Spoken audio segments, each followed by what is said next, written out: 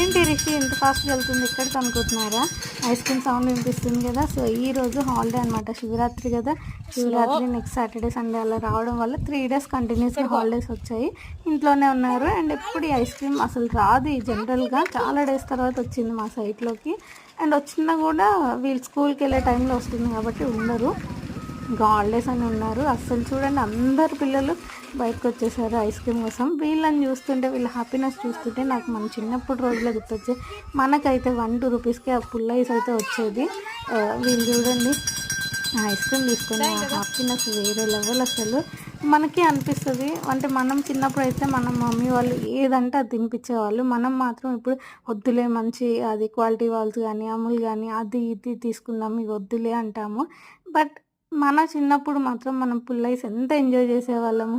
So వాళ్ళకు కూడా అప్పుడప్పుడు ఆ ఎంజాయ్మెంట్ ఉండాలి, మెమరీస్ లాగా ఉండాలి కదా.